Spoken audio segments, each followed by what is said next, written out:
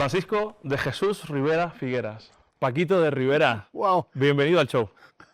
hacía años no oí el nombre ese. ¿Qué tal, maestro? Yo estoy feliz de estar en Madrid. A mí me encanta la ciudad esta. A mí me encanta este país. Me gusta mucho España. Y estoy feliz de estar acá. Maestro, ¿qué le trae a Madrid esta vez? Tantas cosas. Vengo, muchas veces ya la gente me pregunta en la calle, pero usted ya está, ¿por qué no se muda para acá de una vez? Digo, yo creo que yo estoy mudado aunque no tengo casa, pero eh, tengo mucho trabajo, por llamarle de alguna forma. Mi madre hubiera dicho, pero tú trabajas. Tengo muchas presentaciones acá, pero esta vez vine a hacer varios conciertos, pero el más importante el día 27 de abril en el Auditorio Nacional. Es un concierto muy especial porque fuimos a escuchar un par de veces ahí, fuimos como público al auditorio. Y la acústica es tan maravillosa. La mayoría de los que ponen ahí son orquestas o pianistas de concierto. El micrófono no existe. Yo dije, qué bien sonaría esto, hacer un concierto acústico aquí. Y eso es lo que vamos a hacer con un trío, que es Pepe Rivero, el pianista, Sebastián Laverde, el marimbista y vibrafonista. Y del invitado nuestro es Antonio Serrano, el maravilloso armoniquista español. O sea, para comenzar, no os perdáis, por favor, el concierto del maestro el lunes 27 en el Auditorio Nacional de Madrid a las 19:30 de la tarde. O sea, 7:30 de la tarde, ¿no? Qué bien, sí. Que tocar para nadie es muy aburrido. No vengan para... Maestro, es un gran honor para mí como cubano, como músico también que me considero, aun habiendo hecho tantas cosas diferentes, tener una gran figura como usted, que no solamente representa lo más alto de la música internacional, especialmente la cubana, sino también lo que suelo llamar yo como la marca Cuba. La marca Cuba que ha decaído con todo lo que sucede últimamente, tanto, con todo lo que está viviendo la isla, que aún así usted, la figura como ustedes, puedan salir y puedan continuar representando esa Cuba que es tan rica, y en este caso culturalmente hablando, ¿no? Bueno, sabes que dicen que se puede sacar a un cubano de Cuba, pero no puede sacar a Cuba del corazón de un cubano. Olé. Siempre llevamos algo. Yo a Cuba me la llevé puesta. Así de corto, Carlos Emilio. Bueno, maestro, yo sé que muchísima gente lo conoce ya, pero bueno, yo tengo que decir aquí unas cuantas cosillas. Nacido en La Habana en 1948, es un niño prodigio, y sí que lo es. A los 17 años ya era solista de la Orquesta Sinfónica Nacional de Cuba. Es miembro, fundador inclusive, junto a Chucho Valdés, de la prestigiosa banda musical Iraquere.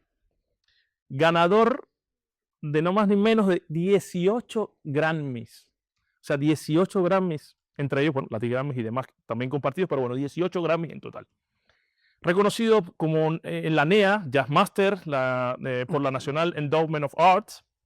Bueno, ha colaborado con las figuras musicales más prestigiosas del mundo y es fundador de la United Nations Orchestra, ¿no? Maestro, ¿cuánto más falta? ¿Cuánto más le queda? ¿Cuánto más quiere lograr usted? Yo no miro atrás. A mí me gusta hacer como Miles Davis, que lo que pasó no importa. El asunto es lo que va a pasar, que a veces ni sé lo que es. Seguir para adelante como Chucho, que dice que no va a parar. Dice, no, yo sigo aquí hasta el final y a lo mejor ni me entero cuando llegue el final. Eso es lo importante. Sí. Es que esta profesión nuestra es tan... La gente paga por viajar, ¿sabes? Y tener eso como una forma de vida, de vivir de la música es un poco difícil de retirarse. A Celia Cruz le preguntaban algunas veces, Celia, ¿cuándo usted se va a retirar? Y ella decía, mira, mijito, yo de todas formas voy a cantar en la ducha. Y entonces mejor canto en el escenario y me pagan. Sería tremenda. Maestro, así mismo. Maestro, usted, ya desde el punto de vista un poquito más espiritual, más hacia adentro, ¿usted cree que usted ya desde niño ya era músico? ¿Ya usted era músico? ¿Ya sentía la música? ¿O usted es una persona que se le introdujo en la música y de ahí empezó a... Yo creo que yo no fluir todo? tenía elección. Yo no tenía elección. Mi papá fue un saxofonista clásico. Él fue la persona que importó junto a Vicente Viana de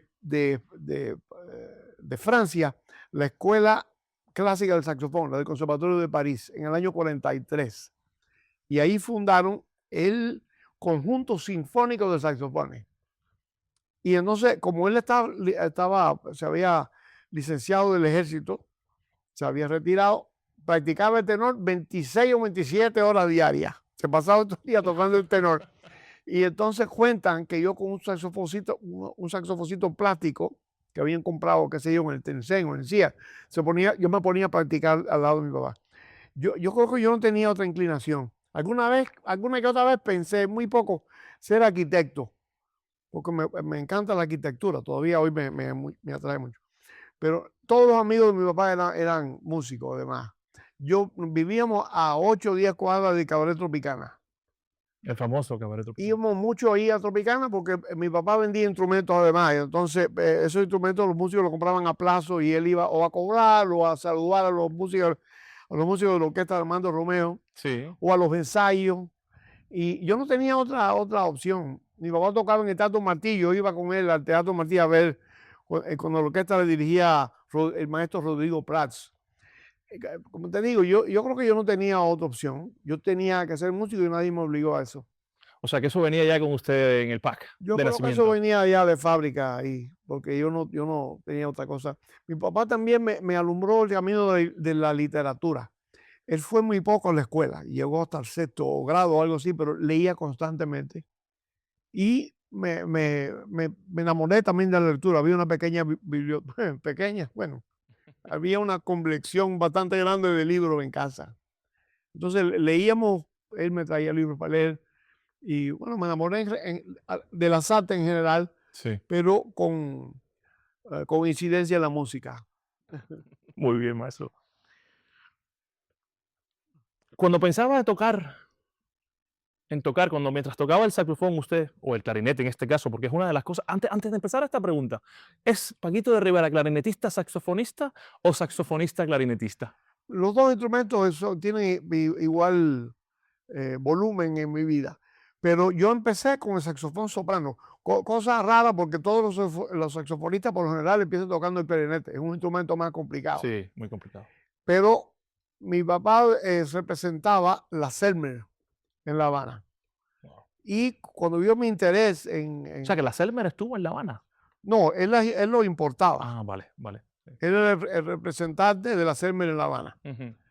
Y él me ordenó un saxofón soprano que yo todavía lo conservo, el instrumento ese. Estuvo perdido unos años, alguien se lo robó y apareció el saxofón soprano ese. Y después, cuando yo tenía más edad, eso fue cuando yo tenía 5 años, me dieron el soprano. Cuando yo tenía como, qué sé yo, 10 o 11 años, me regaló un clarinete que había traído él de la Selmer también. Un clarinete tapado. Clarinete en vez de Sí. abierto, Sí. un instrumento tapado. Eso está hoy en el Smithsonian, en el Museo Smithsonian en Washington, del instrumento ese. O sea, que es musable, o sea, es una Es pieza de arte, una de reliquia. Es una reliquia. Y así fue el saxofón primero y el clarinete después. O sea, los dos son parte de mi vida igualmente, uno u otro. Toco más el clarinete porque es un instrumento mucho más molesto, digamos. Maestro, cuando usted tocaba, o sea, hubo un momento dado en que se convierte la música ya no únicamente en técnica, sino ya en disfrute total. ¿Cuándo comenzó? ¿A qué edad más o menos comenzó Paquito de Rivera? ¿O ya Paquito venía disfrutando la música y comprendiéndola desde pequeño? Quizás un poquito una pregunta ambigua, pero me imagino que... No sé cómo contestar eso, porque como siempre fue músico, yo no recuerdo la música, yo no recuerdo la vida antes de ser músico. No lo recuerdo porque yo no puedo recordarme cuando tenía 4 años, así que yo fui músico siempre y siempre disfruté eso que hacía. Lo disfruto hoy también, a pesar de que cada vez que voy a entrar al escenario me pongo nervioso. Todavía Paquito se sigue poniendo nervioso. Mira, a mí me gustan mucho los roller coasters, las montañas rusas. A mí Sí. me encanta eso. Pero cuando te ponen el cinturón ese metálico, hace crack, y yo digo, ay, ¿quién me habrá mandado meterme en esto? Y mientras va subiendo, digo, oye, y a ver si lo puedo bajar de aquí. hasta que llega arriba a la cúspide. Cuando llega arriba, hace se acabó el terror. Lo mismo pasa con el escenario. Es como decía Bebo Valdés siempre, decía, la pesadilla termina cuando comienza la música. La pesadilla termina cuando comienza la música. Sobre todo en estos días donde viajar es caótico, tú nunca sabes cuándo van a cancelar el vuelo, cuando vas a llegar al aeropuerto y hay una fila enorme, cuando uno llega al aeropuerto, por ejemplo, de Lisboa, que puedes echar raíces ahí en la aduana. Pero cuando llega al teatro y arranca la música, ya. Maestro, ¿qué es lo que más extraña de Cuba? Lo que ellos destruyeron, lo que ya no existe de Cuba, ¿Qué fue lo último que dejó Paquito de Rivera antes de irse para siempre? ¿Qué fue lo último que recuerda así de Cuba? bueno, recuerdo que aquello no, siempre fue la vida era muy difícil ahí, sumamente difícil, porque siempre estaba pensando que alguien te estaba vigilando, cosa que es absurda. Ellos no pueden vigilar a 11 millones de personas, pero en la autosugestión, tú siempre piensas que alguien te está vigilando, tienes que tener cuidado lo que tú dices, Sí, y cuando dices siempre puede haber alguien que lo malinterprete, sí. y si lo malinterpretan, entonces te parametran, que yo nunca supe lo que quería decir la palabra esa. Sí. Usted está parametrado. Yo no sé, porque eso para mí es un término geométrico. Yo sé cómo puedes parametrar a una persona, pero porque no cumple los parámetros. A mí me encerraron en mi casa 2 años. Yo era director de la Orquesta de Música Moderna. Cuando Armando Romeo y su Mavilla se hartaron de pasar trabajo en la dirección de la orquesta, como un regalo, me lo regalaron a mí, la orquesta aquella, que era una maravilla. Y yo insistí en hacer jazz con la orquesta y hacer música de arte. Sí. Y eso le cayó mal a los de cultura y me encerraron en mi casa sin hacer nada 2 años. Y lo más humillante es que me pagaban. O sea, yo no podía decir que me tenían pasando hambre porque, bueno, el hambre la pasamos de todas formas, pero ellos me seguían pagando anyway. Y la gente que me saca de eso es Oscar Valdés y Chucho Valdés, cuando comenzaron a formar Iraquere. Y ahí todavía yo estaba un poco parametrado, pero me fueron desparametrando hasta Pero ¿y parametrado cómo? ¿Por qué? parametrado es que nada, que Sí, quiero decir, ¿por qué lo tenían a usted vigilado? O sea, bueno, ¿era activista en contra del no, gobierno o cómo? no, por el jazz. Ya, el diversionista ideológico. Entonces Ahí uno estamos. trata de explicar a la gente que va al festival de jazz allá, tú le tratas de explicar que el jazz ahí no estaba prohibido por ley, pero todo el mundo sabía que eso no se podía estar tocando. Era mejor tocar otra cosa. Mire, esa es una anécdota que yo sí no sabía, que el jazz también estuvo Sí, mira, monitorizado. hay un libro de un escritor y músico americano que se llama Fred Starr, donde él dice el sino del jazz en la Unión Soviética, y en eso incluye todo. En todos los países socialistas, el jazz era mal visto. Y poco a poco, es un poco difícil prohibir a la gente que toca jazz, porque es un estilo musical muy reconfortante. Sí, totalmente. Y Totalmente. entonces ellos empiezan a permitirlo y terminan teniendo un festival de jazz como tienen ahora, Sí, pero eso es una decisión económica, no artística. no es artística, Eso ¿no? los llena de dólares y de euros a ellos allí. Claro. O lo llenaba, ya ni O siquiera que eso. van los tontos útiles Claro. a tocar el festival allí Sí, y eso trae dólares y lo que llaman también reconocimiento. Reconocimiento del sistema. Qué maravilla que viene el festival de jazz que tiene. Pero eso es lo que es, el jazz estuvo. Mira, ahí había un club que nosotros, gracias a un administrador, muy buena persona, que se llamaba Molina, nos permitió hacer los lunes de jazz en el Johnny Dream. ¿Tú eres de La Habana? yo soy de La Habana.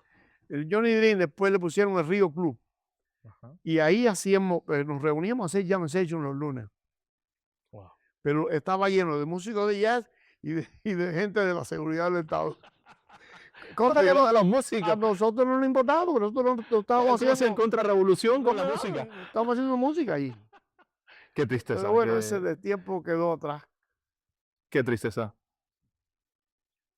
¿En qué momento deja a Paquito de tocar para demostrar y empezó a conversar y a decir algo real. ¿En qué momento Paquito de Rivera deja de ser técnico o recuerda usted que fue dejado de ser técnico y empezó a simplemente vivir la música y darla y entregarla tal y como? Yo no tengo una fecha para eso, pero yo siempre pensé que la técnica es un vehículo, no un fin.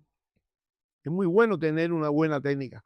Igual que es bueno tener un buen revólver para que si te ataca, pero no para estar tirándole tiro a la cotorra del vecino, a los faroles del parque. La técnica una cosa defensiva, no ofensiva. Sí, claro. Si se toma la técnica como algo de uso diario y permanente, llega un momento que te aburres de eso, ¿no?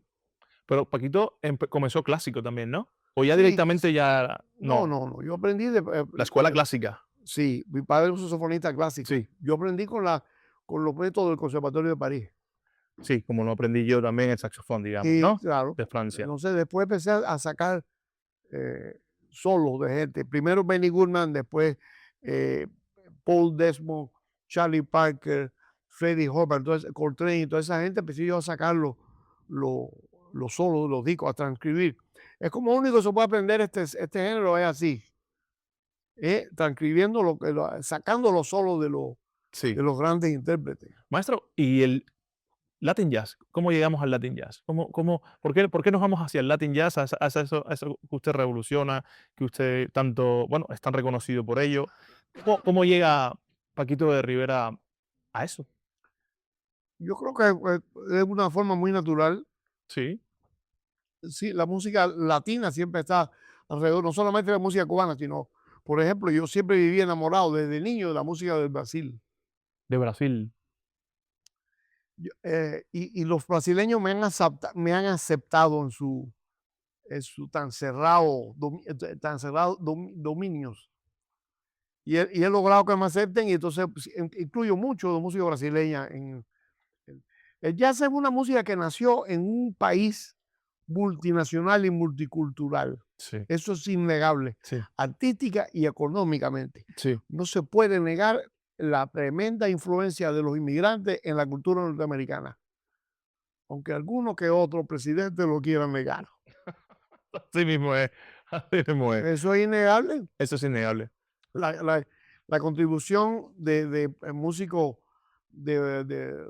al sur de la frontera, que han tenido un impacto tremendo en el jazz y en Broadway y en la cultura americana en general, ha sido tremenda. Antonio Carlos Jobim, Ernesto Lecuona, Michel Camilo, Dave Valentín, son montones de gente. Chucho Valdés también con el iraquí que Sí, creó. La contribución nuestra ha sido enorme, enorme. Y el Latin Jazz, a veces hemos pensado ni siquiera llamarle más Latin Jazz, porque los elementos latinos han estado ahí desde muy temprano. Jerry Roll Morton, el gran pianista de Nueva Orleans, siempre habló, él le llamaba The Spanish Tinge in American Music, el toque hispano en la música americana. Yo estaba viendo una vez una competencia de lo que llaman ice skating, sí, patinaje en hielo, sí. y estaba sonando una cosa que sonaba como un danzón. Qué raro, ¿y cómo yo no conozco ese danzón? Sonaba como un danzón muy tradicional, pero sin la forma del danzón, solamente el ritmo del Sí. danzón. Y era una pieza de Jerry Roll Morton. Era Jerry Roll Morton tocando el piano. Estamos hablando de años 1916, 1915.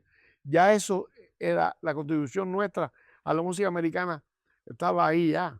Maestro, entonces, para los que no conocen, el Latin Jazz, ¿dónde realmente surge? ¿Se puede decir que surge en Cuba y se transporta a Estados Unidos y coge fuerza en Estados Unidos? ¿O es que realmente se condensa con todos los elementos, por supuesto, cubanos y lo que estás hablando, latinoamericanos, y en Estados Unidos nace el Latin Jazz como tal? Es una combinación de todo eso. Porque lo que hoy llaman, parte de lo que hoy llaman Latin Jazz, la mayoría son influencias cubanas, pero también brasileiras.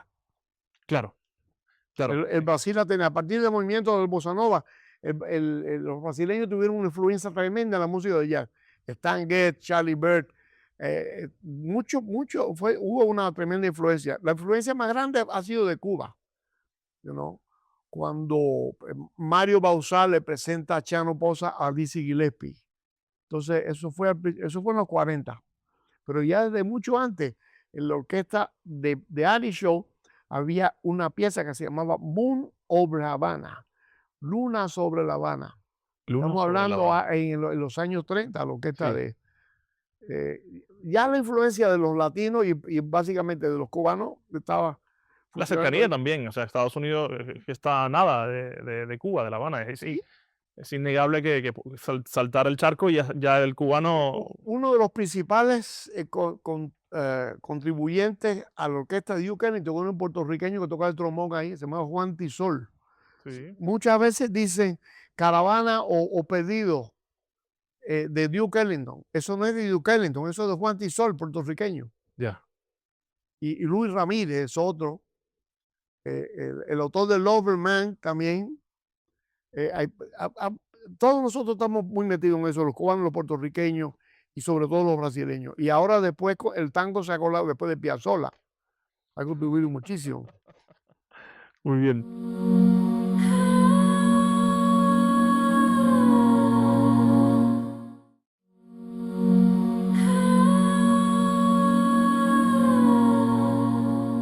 ¿Siente usted que la música sale de usted o pasa, lo atraviesa su cuerpo? ¿Cree que simplemente está canalizando algo o es Paquito de Rivera quien está tocando 100% el saxofón? ¿Siente que es algo espiritualmente que baja, desciende y usted lo interpreta? No sé. Nunca me he puesto a pensar en esa cosa. No, nunca he llegado, simplemente No. ha sido, Hay ha estado. cosas que uno le emociona y no sabe y te pone a analizarlo después que ya pasó. ¿Cómo pasó esto? El A otro eso día voy. estaba hablando con un amigo que dice que violonchelista, Gustavo Tavares, violonchelista brasileño que vive en Noruega, trabaja ahí en la ópera y el ballet. Dice que estaba escuchando él es loco a Rossini, no, a Puccini. Y entonces está oyendo una melodía que hace otro instrumento y él se descubrió él mismo llorando. Dice que le provocó lágrimas, le provocó una emoción muy grande y después no sabía. Estamos hablando de eso mismo. Dice, bueno, ¿y qué te pasó a ti con eso? Yo no sé cómo explicarlo por qué, pero la melodía era tan linda, ¿no? ¿Ha vivido esa epifanía, Paquito de Rivera? En Me ha algún pasado momento, varias veces, sí. algo que usted dice, madre mía, pero ¿qué he hecho? Y ni siquiera me he enterado. Sí, sí, sí que te aprieta la garganta, sí, sí. La música tiene ese poder. La música tiene el poder, sí. Yo todavía creo en la melodía. El poder de la melodía. Y me gustan los experimentos y los acordes raros y Sí. la música, me gusta todo eso. Pero la melodía es inmortal. ¿Y qué es creer en la melodía? ¿Qué es La para la melodía. gente que no conoce? La gente que tiene la gracia para escribir la melodía, Ennio Morricone, por ejemplo, tú quieres melodía más linda que esa las cosas que él escribe para películas. Si usted se refiere a Cinema, cantar con el instrumento. Cinema Paradiso. Ya. Bueno, Lester Young siempre hablaba de que él se aprendía las letras de las canciones para después tocar en el saxofón tenor. Él se sabía, Lester Young se sabía todas las canciones que él tocaba, él se sabía todas las letras. I in the mood for love, and it will be forever. Eso, dice que él pensaba eso cuando lo tocaba con tenor. Maravilloso, Yo no he maravilloso. llegado hasta ahí, pero sí, es lindo. Las letras es otra cosa linda, ¿no? Esas letras lindas de Manzanero o de, qué sé yo, de César Portillo. César Portillo, ¿verdad? Maestro, ¿y quién ha sido inspiración para usted? ¿Quién le ha servido de los grandes para llegar a ser el saxofonista o clarinetista que es usted hoy? Bueno, esa pregunta te lo hubiera contestado Ron Carver, que dice, cuando le pregunta, ¿quién es tu principal influencia? Él decía, cualquiera que toque bien. ¿Qué quiere que toque Y bien? yo he sentido la inspiración desde mucha gente. Primero Charlie Parker, fue una influencia innegable. Si lo negara, sería una mentira muy fácil de descubrir. Sí. Pero primero fue Benny Goodman. Benny Goodman hizo orquesta. todo, yo me dediqué a sacar, a transcribir todos no solamente los solos de Benny, sino algunos de los músicos de él, como Harry James y Ziggy Elman, el otro trompeta, Lionel Hampton, bueno, y todos esos músicos eh, que trabajaban con él en esa orquesta. Después, bueno, después vino Coltrane, Sí.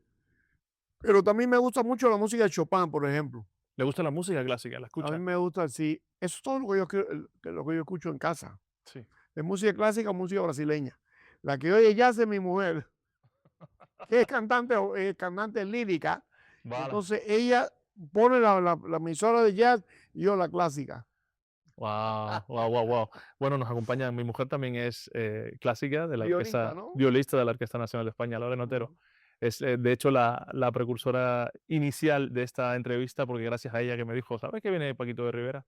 Y ahí fue donde dije, es que vamos a ver, tengo que hacer todo lo posible por tener al maestro Bueno, aquí de pues aquí frente. estamos. Aquí estamos, lo hemos logrado, maestro, lo hemos logrado. Maestro, en la época de usted en Cuba, es algo interesante para los saxofonistas, por ejemplo, que van a escuchar esta, esta entrevista.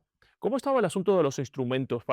Me imagino que como su padre también tenía influencia, podía traer instrumentos, bueno, a lo mejor tocó usted, pero digamos los saxofonistas, porque yo recuerdo, por ejemplo, que en la época de tocar saxofón, que a veces tocábamos con amatis, saxofones verdes, no habían saxofones de ningún No, tipo. pues eso fue después del velorio, eso, no, después del 59, eso fue O sea, nada. empezó la debacle para todo, después del 59, para todos los saxofonistas les fue duro No, porque encontrar instrumentos. tú no podías importar, ellos importaban escopetas y el AKG de Silvio. Sí. Bueno, mejor dejamos eso. No, no, en la época cuando yo era un niño sí había de todo ahí. Después no, después fue caótico, sobre todo el problema de las cañas. La caña. El problema de las cañas fue caótico hasta hoy. No había caña ni cuerda. No había yo estuve casado con una arpista Sí. y esta arpista también sabía tocar el piano, o sabe tocar el piano, ya no ha muerto, supongo yo. Y ella tuvo que dejar, ella tocaba el arpa en la orquesta de la televisión, el ICRT. Sí. Tocaba el arpa ahí y tuvo que dejar el arpa. Ella no tocó más el arpa porque no había cuerdas. Y ese instrumento tiene 47 cuerdas. Qué tristeza, ¿no? Tuvo que dejarlo porque no había cuerdas para el arpa. O sea que los instrumentos empezaron realmente a faltar, digamos, Sí, ya ella a partir traía de... 2 para Tropicana y 3 para la televisión y así. Y no lo traía los Yo músicos. recuerdo que era uno que tocaba con uno de la República de Checoslovaquia, Sí, una Mati. sí, Pero eso lo habrá tocado unas cuantas personas. sí. Pero el Checoslovaquia tenía un instrumento que era, yo no me acuerdo no me acuerdo la marca, pero ellos tenían una fábrica de antes que llegaran los comunistas de Checoslovaquia, que era un instrumento muy bueno. Sí, ahora No me no, puedo acordar cómo se llama ahora. ahora Yo, no yo recuerdo. tuve un Pero, clarinete de eso y mm, funcionaba muy bien. No checo. era nunca un buffet ni un Selmer, Sí, no. pero o sea, eran buenos, igual que y los checos tenían los Skoda, los Sí, vehículos tenía, no, Skoda. los de Cuba Pero son eso bonitos. fue antes de que llegara El que Lenin allí. el Lenin. Claro, fíjate que lo mantuvieron después. Sí, Aquí en España estaban estaba muchos ese. Skoda y son coches muy buenos. Son muy buenos. Son muy buenos, la marca. Igual que Tropicana era muy bueno, claro, porque eso lo construyeron antes que llegaran ellos. O sea, que en definitiva de lo que vivió todo el tiempo, lo de la así llamada Revolución Cubana era lo que era De lo que, residual de antes, claro, ¿no? por supuesto que sí, ellos no construyen nada, ellos decomisan cosas y ya. Ay, Dios mío. Ay, pues nada, ¿cómo ha sabido ¿es Paquito de Rivera una persona humilde? No, la arrogancia no tiene mucho uso práctico. A eso voy, a eso voy. Con tanto premio, tanto logro, tanta gente que lo quiere, Tú no, o que se hace que lo quieren, porque también tú- está, sabe usted. tú nunca, ¿Cómo ha lidiado usted, perdóneme, cómo ha lidiado usted con esa faceta de, uy, aunque puedo ser aquí el Dios, voy a mantener el ego? bueno, está probado que es muy poco práctico ponerse arrogante. Yo cuando recibo un premio lo agradezco porque es señal de que alguien estaba pensando en mí. Eso se Sí, agradece. sí, Pero yo siempre tengo en mente que hay muchos grandes artistas que nunca recibieron un premio. Carmen McRae, una de las más importantes cantantes de jazz de todos los tiempos. Ella nunca quisieron darle un Grammy. Es una cosa poco vergonzosa. El Machito lo recibió ya al final de su vida por una grabacioncita que hizo en Finlandia. Cuando yo llamé a Machito para felicitarlo por el premio, parece que le estaba un poco amargado. Me dijo, ay, Paquito, ¿dónde estaban esa gente cuando Dizzy Gillespie y Charlie Parker tocaban en mi orquesta? Madre mía. Yo, bueno, pero más vale tarde que nunca. Y ahí me dio una grosería que no puedo decirlo en cámara. Claro, después de lo que agradeció, ¿no? Pero uno no vale la pena ponerse arrogante, porque hay grandes músicos. El hecho de tener premios, muchos premios, no garantiza la calidad. Y eso está más que probado. A veces tú ves que hay gente que le dan premios, pero si este es lo que debían, era prohibirle tocar. Eso es lo que está, a eso iba, maestro, a eso iba. Porque siente, bueno, no hay que ser muy inteligente para saber que hoy día los grandes premios han perdido inclusive esa credibilidad de la cual usted está hablando, porque se la están recibiendo gente que ni es músico, que ya ni siquiera no ha escrito nada, o sea, se está... Paquito de Rivera, ¿qué piensa? ¿Qué siente cuando ve esas cosas? Bueno, por eso es que ponerse arrogante no sirve de nada. No sirve de nada. Nosotros teníamos Pero usted sí se lo ocurrió, ¿Eh? usted sí se lo trabajó. Usted sí se lo merece porque usted Sí, está bien. cumple, ha estudiado, ha hecho todo, ha superado, o sea, pero de repente viene alguien que de la nada A Benny Goodman le dieron una vez un Grammy a Benny Goodman. Sí. Y entonces él agarró el micrófono y le dijo, esto es increíble que me estén dando a mí un premio por hacer algo que es lo único que a mí me gusta hacer en mi vida, tocar música. Eso sí. Porque es lo que escucha uno, ¿no? Bueno, las así llamadas hoy día celebridades, ¿no? Cantantes que ni siquiera cantan y están desbordados de premios. ¿Cuál es de los premios de Grammys más representativos que ha recibido usted?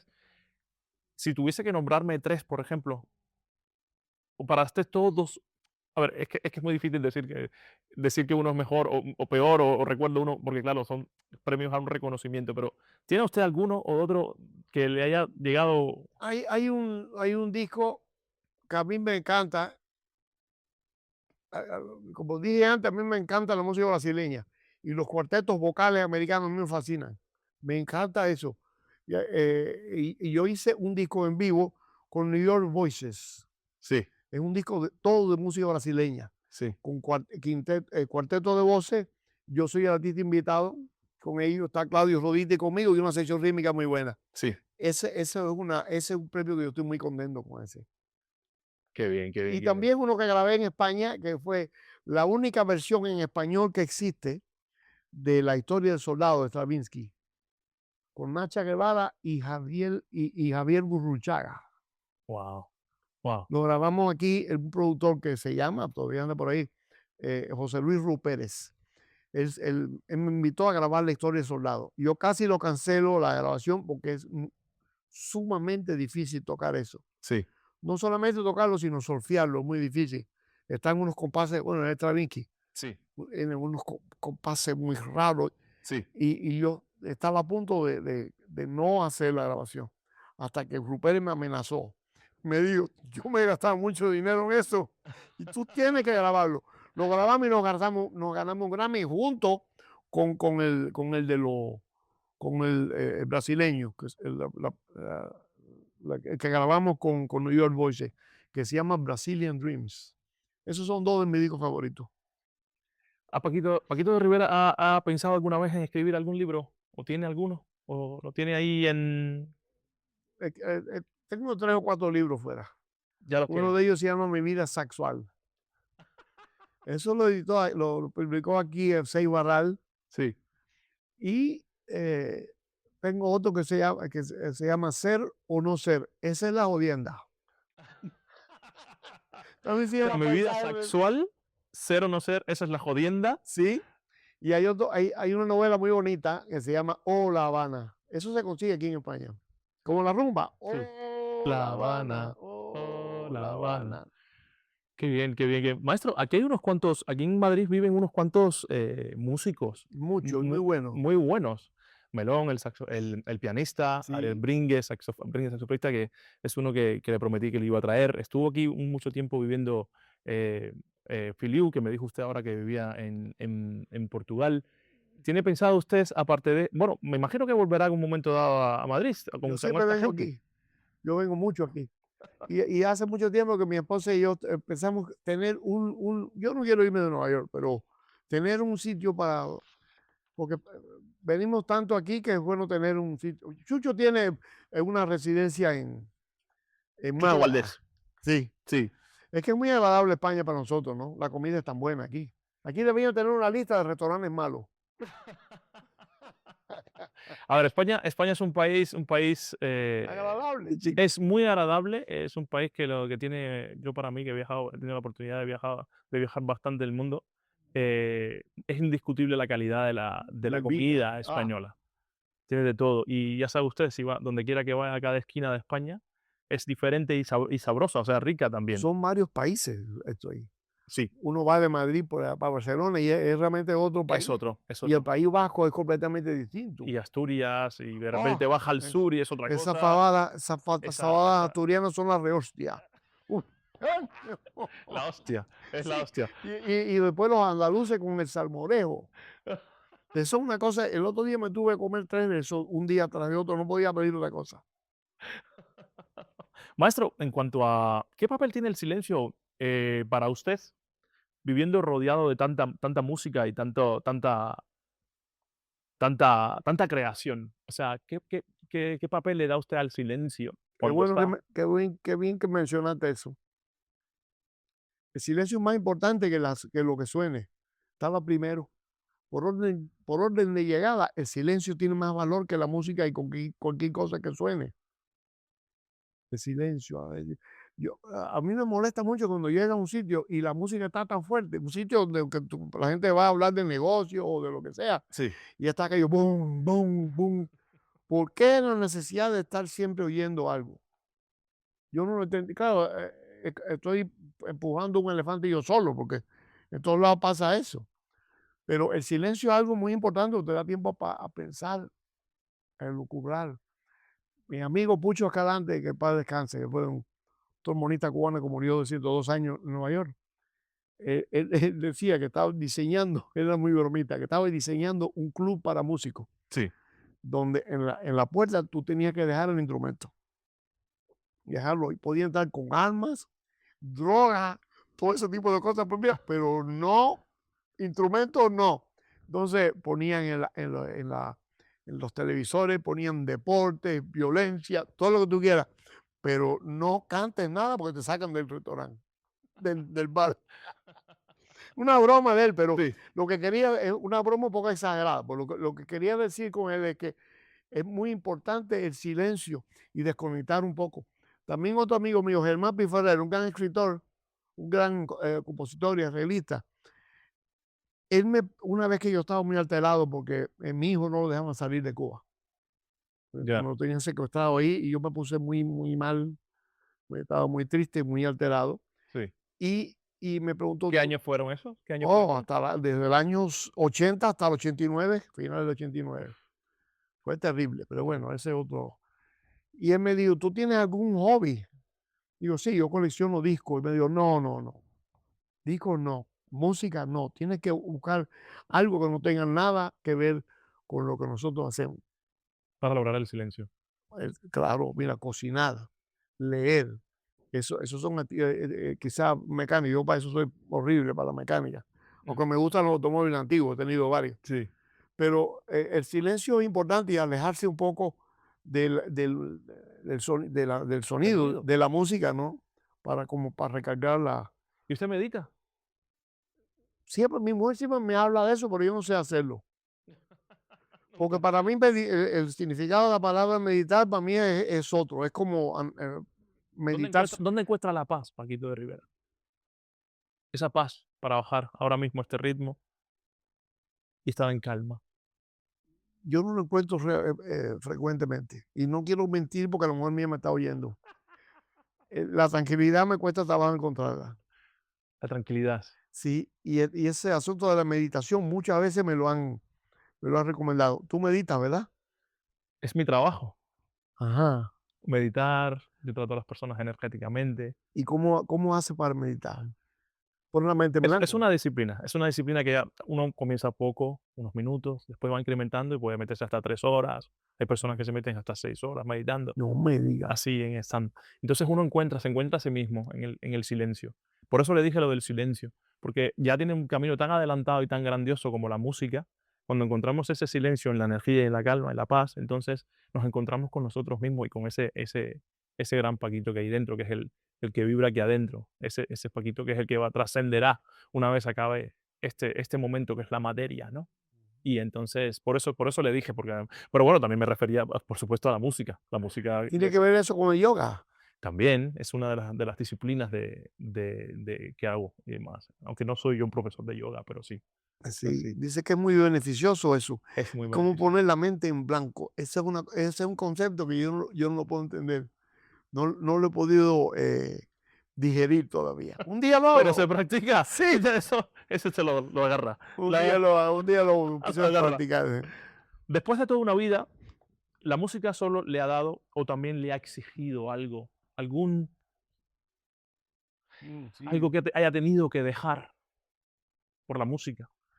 sí, la hora de probar las cañas, eso llama tiempo cuando las cañas no quieren funcionar. Tú lo sabes, cuando las cañas no quieren funcionar es terrible. Mira, estuvimos hace poco en un pueblo que hay en Colombia se llama Tulsa Sí, y está más arriba de Bogotá. Bogotá está muy alto, sí, Tulsa está más alto aún. sí. ¿Tú has tocado en sitios altos? No he tenido la. Es lo más incómodo que tú puedes ni siquiera imaginarte, porque la caña no vibra, tú la mojas, puedes hacer cualquier cosa y la caña no suena y ya. Y no pasa nada. En Machu Picchu, en el Cusco, yo no pude tocar el clarinete, tuve que tocar el saxofón porque la caña del clarinete no quiso sonar. Y en Tulsa estuve sentado en el escenario para empezar el show Sí. y yo le dije a los tres guitarristas que andaban conmigo, no encuentro una caña para que suene aquí y yo no sé qué hacer. Y en ese momento agarré otra y dije, sí, la puse y empezó a sonar. Pero de las 15, 20 cañas que tenía no funcionaba. Maestro, me refería también a, en la vida suya, ¿ha tenido que sacrificar algo personalmente por seguir el camino de la música? ¿Ha tenido que en su vida personal, que no tenga que ver con la música, ha tenido, la música la ha antepuesto? No, Con la música me refiero a concierto, carrera, sí, hacer una cosa y tengo que dejar esto. no creo. No, la verdad que siempre he tenido tiempo para eso, para dedicarme solamente a mi trabajo. Yo no he trabajado en otra cosa. Yo no he trabajado bueno, pues, cuando escribo, Sí, pero es parte no es del arte y trabajo. demás. La Claro. escritura, a mí me gusta mucho escribir, pero no es mi profesión. Mi profesión es tocar los instrumentos y escribir música también. Y no es que Claro, porque usted se fue también del país y siguió siendo músico. No no, tuvo que hacer otro trabajo. no. Yo no, la verdad que no tuve que hacer otra cosa. También yo tuve la ventaja de que mi mamá y mi papá ya vivían en Nueva York. Sí, Se habían ido en el 68 y en el 70. sí, Yo fui en el 80 y ya sí, ellos estaban establecidos sí, muy humildemente ahí. sí, Pero por lo menos tenía donde dormir y comer. sí. Y pude seguir buscando trabajo la verdad que la vida, mi vida profesional ha sido bastante, digamos, placentera. No, Yo inclusive tuve que tocar, aunque tuvo algunas cosas que ahora, por ejemplo, esa. dice Woody Allen Sí. que comedia no es más que tragedia más tiempo. Ahora es muy divertido. Pero yo me vi tocando en una charanga a las 5 de la mañana, Kikiriki cantaba el gallo con una flauta prestada. Kikiriki, yo no había tocado una charanga nunca. Kikiriki cantaba el gallo, Kikiriki por la madrugada. Y el pianista, que era un jamaquino, me decía, toca ahora. Y yo decía, pa, toti, toti, titi, para. Y así. Y fue muy deprimente. Porque Porque la flauta también la toca, claro. sí, tocaba. He perdido toda la embocadura con flauta. Porque eso es una de las cosas o sea, lo sabía, pero la gente, quizás el público esa faceta de flautista Yo no no la sé sabe. tocarla, yo sé tocarla, yo sé cómo ella funciona, Maestro, pero ya hace mucho tiempo no toco la flauta. si tuviese que comenzar hoy de cero otra vez, ¿Volvería a ser el mismo? ¿Volvería a ser lo mismo? ¿Volvería a ser músico? ¿Volvería a ser saxofonista? Yo repetiría, inclusive con errores y todo, repetiría todo esto de nuevo. A mí me gusta mi profesión, yo estoy enamorado de la música y del ambiente musical en general, en el ambiente de las artes en general. Sí. Y como, y como no me gusta solamente un tipo de música, sino muchos tipos de música, me encanta la música sinfónica, la música brasileña, por supuesto, la música cubana que está en el aire, Sí. disfruto mucho lo mismo eh, como espectador que como músico practicante. No, yo no quisiera hacer otra cosa que esto. Maestro, como buen cubano que somos, buenos cubanos que somos, ¿tiene deseo, Paquito de Rivera, de regresar alguna vez a Cuba? Su, Mira, yo no sé si lo dijimos antes, tú puedes sacar a un cubano de Cuba, pero no puedes sacar a Cuba del corazón de un cubano. Yo quisiera poder regresar a mi país, ¿no? Y inclusive ayudar en la medida de mis posibilidades a recuperar el desastre en que han convertido el país nuestro, ¿no? Ojalá pudiéramos regresar ahí y ayudar y dar un paseíto por el desastre que aquello allí.